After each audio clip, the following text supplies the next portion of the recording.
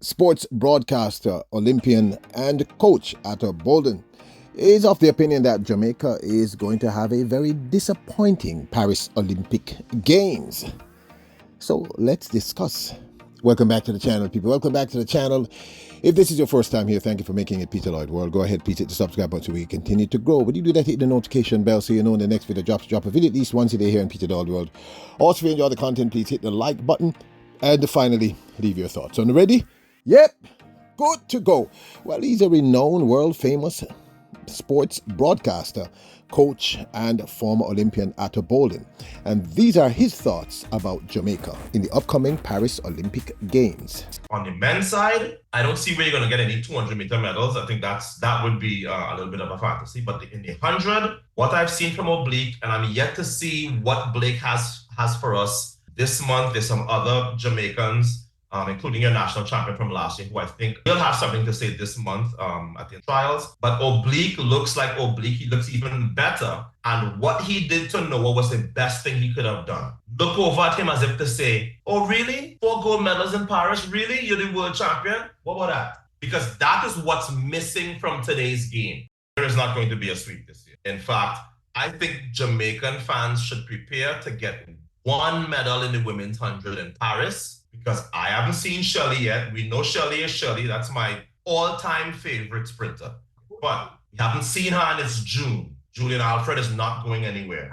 Sha'Carri is not going anywhere. And I think right now, and it's early, right now you'd be a fool to think that Julian Alfred would lose the 3P. I think you'd be a fool to think that Sha'Carri would lose the 3P. I don't like how Sharika looks, but I'm also not betting against nobody in that MVP camp. There's a reason why they've taken home the last 4 gold medals. So Jamaica is going to get medals in Paris that I think, triple jump, looks like it. A long jump, looks like it. So Jamaica will get medals in other places, which I think will help their medal count. But I don't know if you're going to be approaching records because of happened recently. That's just sports. Injuries play a part.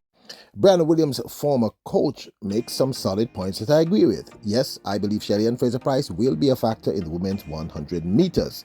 She's going to go out in a blaze of glory. Oblique Seville is a man to beat in the 100 meters. I think Akeem Blake will be a factor. And we are going to do well in the feed events. Shanika Ricketts in the triple jump, Wayne Pinnock in the men's long jump, and of course this young man, Jaden Hibbert, in the triple jump. Now this of course is my 2 cents. He's right. You can't bet against Shericka Jackson. And I agree with a lot of the stuff that he says. I've been saying it myself. I've been saying Julian Alfred is going to be a factor. Do not take her lightly. She's going to be very dangerous this year. In fact, I think she's probably going to be even more of a factor than Sha'Carri Richardson. And I also believe that Sha'Carri Richardson is going to be a factor. I believe that Dina Asher-Smith is going to be a factor. I believe that given the right circumstances, Marie-Josée Talou is going to be a factor. So this is not going to be a walk in the park for Jamaica.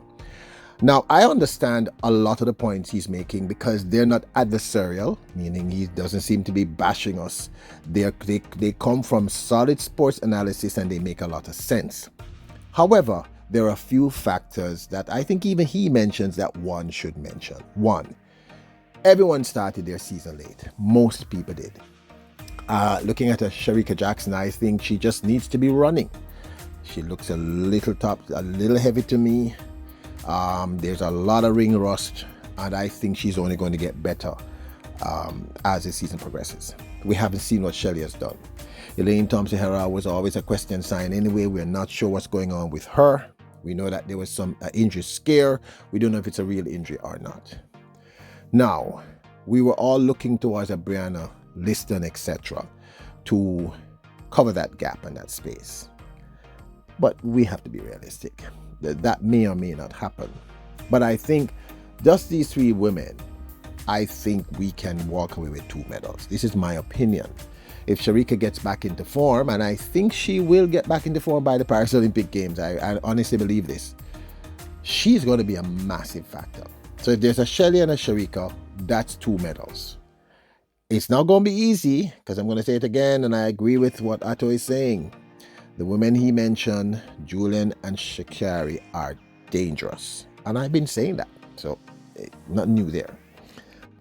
Now, Oblique Seville.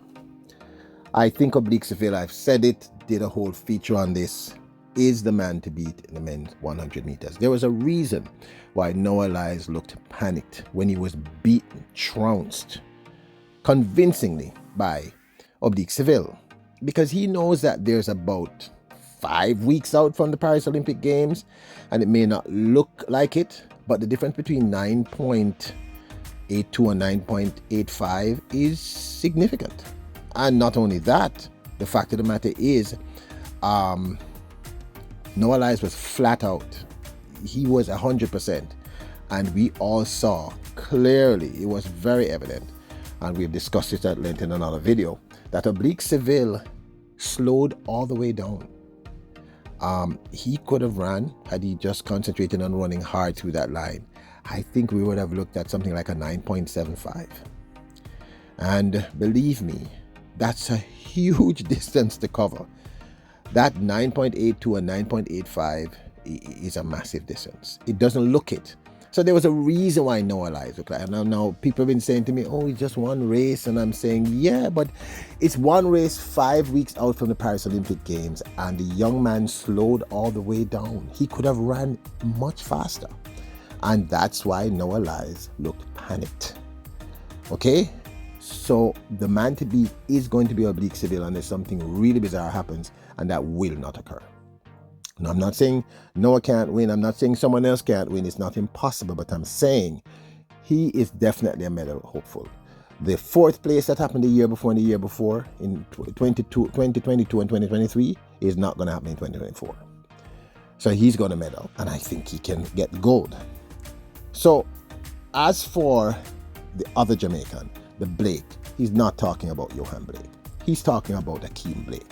Now the thing is, Akeem Blake peaked for the indoor 60 meter dash. So he's not yet peaked for the 100 meters. And that's what I want. I want him to start peaking at the Jamaican national trials, national championships as I referenced them. So I think he's a factor also. Noah and Oblique are the 2 fastest men so far this year. Really fast by comparison. So in my opinion, I think Jamaica can get a few medals in the men's 100 meters. It's not going to be easy because there's a lot of scary talent out there, okay?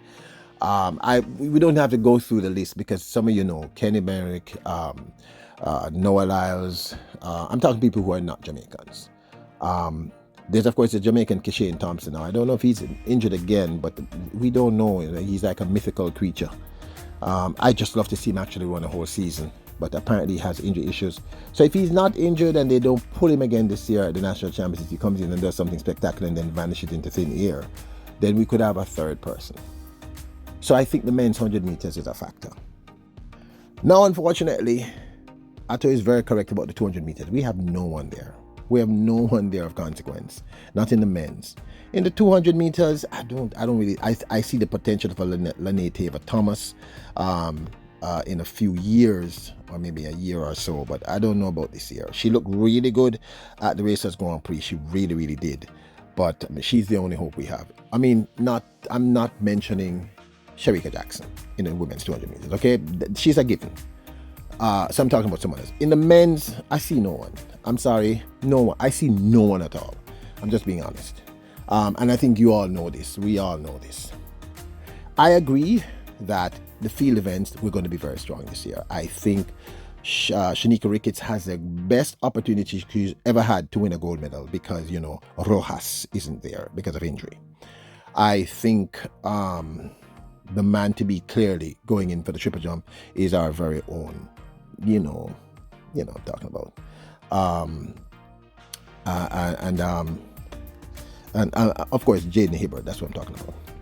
I think the high jump, I don't know, maybe, I don't know, maybe, big maybe.